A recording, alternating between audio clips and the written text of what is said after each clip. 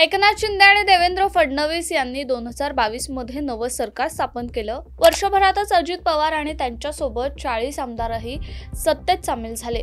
अगदी लोकसभा या तिन्ही पक्षांच्या युतीने एकत्र लढवली।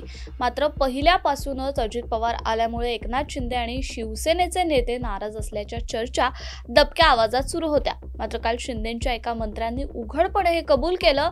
नेमकं काय प्रकरण आहे जाणून घेऊयात या व्हिडिओच्या माध्यमातून।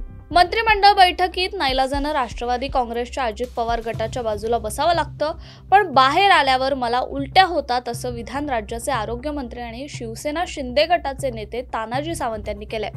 त्यानंतर महायुतीमध्ये उघडपणे वाद पेटलाय। नेमकं काय म्हणाले तानाजी सावंत? आपण हाडामासाचे शिवसैनिक आहोत। आयुष्यात कधी आपलं काँग्रेस राष्ट्रवादी सोबत पटलेलं नाहीये।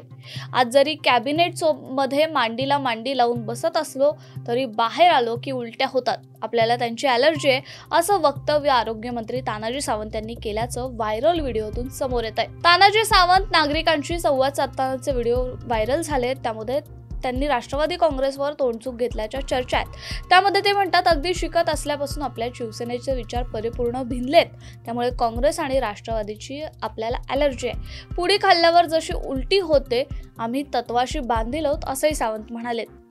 तानाजी सावंत यांच्या या वक्तव्यानं महायुतीत खळबळ माजली। अजित पवारांच्या नेत्यांनी आता तानाजी सावंत यांच्यावर हल्ला चढवलाय। काही नेते तर महायुतीतूनही बाहेर पडण्याची भाषा करतायत।